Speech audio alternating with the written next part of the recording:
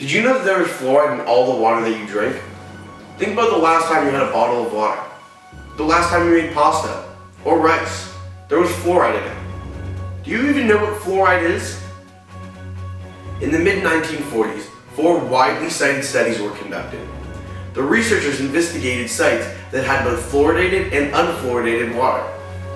The first pair was Muskegon, Michigan and Grand Rapids, Michigan, making Grand Rapids the first community in the world to add fluoride to its drinking water to try and benefit dental health on January 25th in 1945.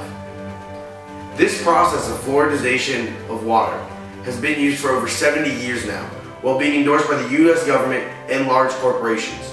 This makes these large corporations tons of money. The current US diet regulations involving the fluoridation of water are misleading and improper. In this documentary, I'm going to explain to you why fluoride in your water might not be the best thing for you, and how your government might be misleading you about its benefits.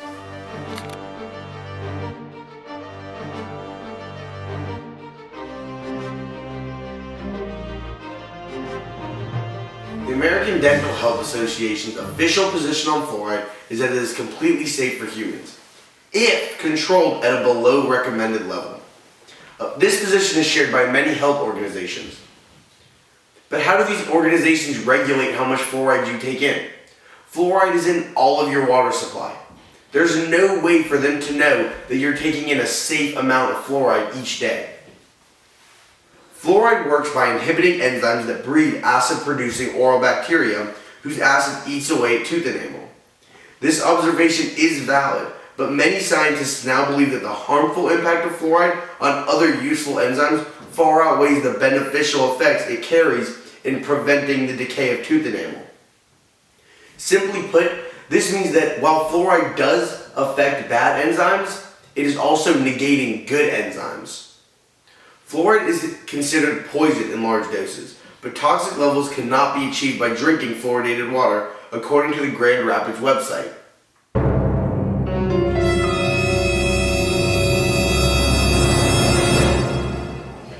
Fluoride is very harmful to the other tissues in your body.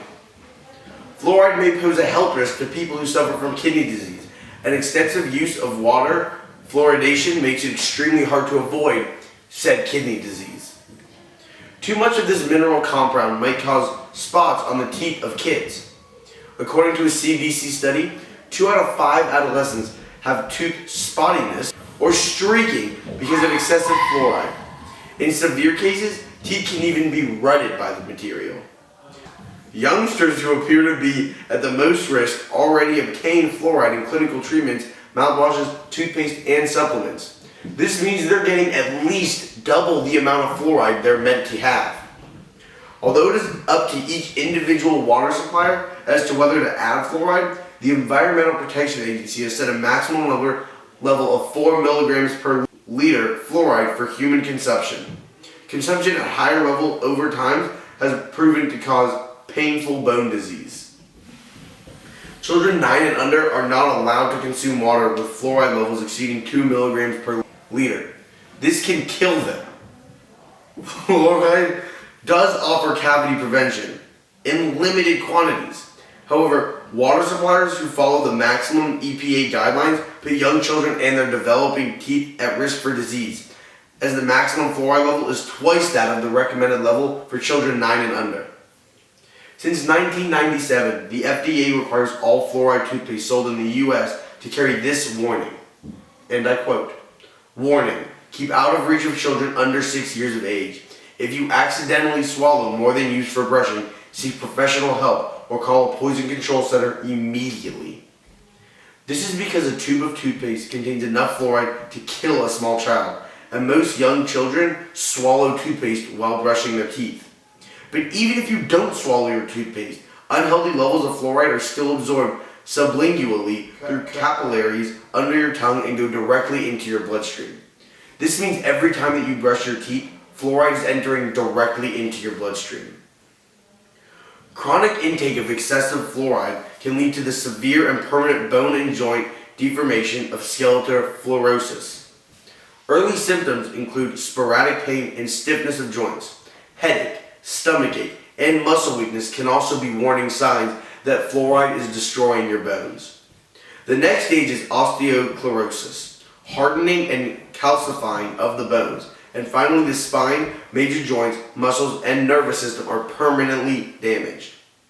Whether dental or skeletal, fluorosis is irreversible and no treatment exists. The only remedy is prevention by keeping fluoride intake within safe limits, which the government does not make an easy task.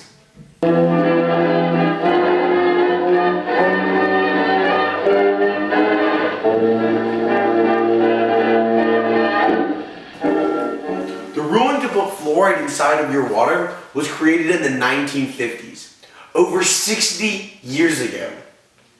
Fluoride ion binds with calcium ions, strengthening tooth enamel as it forms in children. Many researchers now consider this more of an assumption than a fact, because of conflicting evidence from studies in India and several other countries over the past 10 to 15 years. Nevertheless, agreement is universal that excessive fluoride intake leads to loss of calcium from the tooth matrix, aggravating cavity formation throughout life rather than remedying it, and so causing dental fluorosis. Severe, chronic, and cumulative overexposure can cause the incurable crippling of skeletal fluorosis. In 1950s, the Public Health Service endorsed water fluoridation, and almost immediately there was a national movement against it led by Dr. George Walbut, who was also the first physician to warn against fatal allergic reactions to penicillin and that smoking causes emphysema. This man literally proved that smoking was bad for you, and then he also said that fluoride was bad for you, and we said he was a hack. Walbut discovered that low dose of fluoride was causing allergic reactions in some of his patients who displayed a variety of symptoms such as headaches, back pain, gastric problems, muscle fatigue, and many others. This means that the fluoride that is forced into your water without your knowledge can be causing you to suffer from any number of those side effects. Walbut was criticized and marginalized for his research and for speaking out against fluoride, tobacco, and penicillin, which is why you've never heard of him. However, today we accept that people can be allergic to penicillin and that tobacco is bad for you. Why haven't we accepted that fluoride can also be bad for you?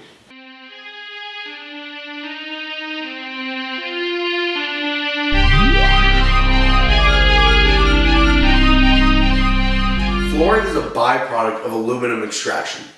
This means that any companies that create aluminum can sell it at no cost to themselves. Convincing the general public that we need to add fluoride to our water supply was one of the most sophisticated cons of all time. It created a multi-billion-dollar industry and enabled manufacturers to sell this worthless toxic byproduct of aluminum to local municipalities for a profit, under the false pretenses that it was only for the betterment of their teeth. As aluminum production increased in the first half of the 20th century, it became necessary to find somewhere to put the fluoride. Manufacturers could no longer just dump it into rivers and landfills because it was poisoning crops and making livestock sick. So instead, their logical assumption was to put it in the water that all humans drink. The research science done to support water fluoridation was underwritten by these massive companies: Aluminum Company of America, the ALCOA, the Aluminum Company of Canada, American Petroleum Institute, DuPont,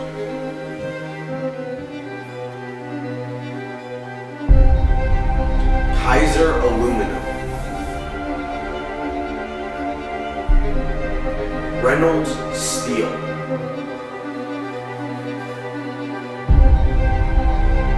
and finally, U.S. Steel.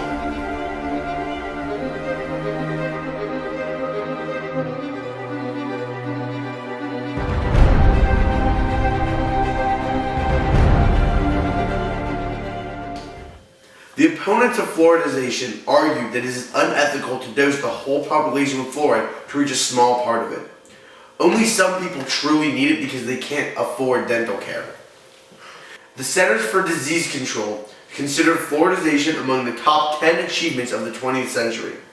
The World Health Organization revealed that benefits are best for the economically disadvantaged, who frequently don't have access to sufficient dental care. Given the prevalence of fluoride in toothpaste, mouth rinses, and other dental products, combined with semi-annual fluoride treatments from a dentist, the addition of fluoride to public water supplies or in bottled water is an unnecessary endeavor that can in fact be detrimental to long-term dental and overall health. Even to people that are too poor to afford to go to the dentist, this can end up ruining their teeth. 67.1% of the U.S. population receives fluoridated water. 74.6% of the U.S. population on community water system receives fluoridated water.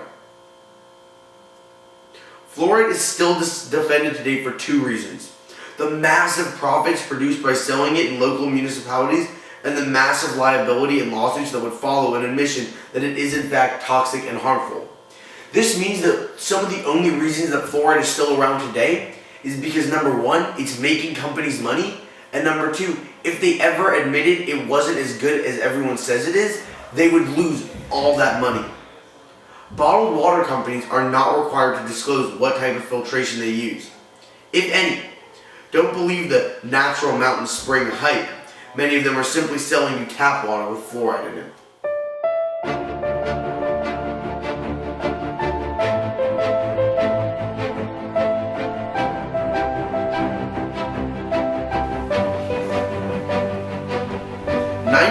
Of Western Europe has now rejected water fluoridation, and their children's teeth are just as healthy as children's teeth in the United States. This proves that fluoridating the water does near nothing.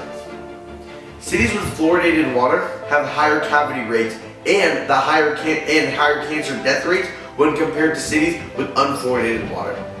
As of 2010, 66% of U.S. water supplies are currently fluoridated. But the good news is that since 1999, over 60 U.S. communities have rejected fluoridation. I misspoke before when I said that fluoridation wasn't doing much in the water. It's doing a lot, but almost all of it is negative. And it's negative because the government is doing it because it makes it money. It's the only purpose for fluoridating water at this point is because it's making the government and big corporations buckets of money. So why do we, the American people, allow this to continue? Why don't we stand up against this? We have to. We have to start standing up against the government putting stuff in our water that we don't fully understand and that can be potentially harmful to us and to our children.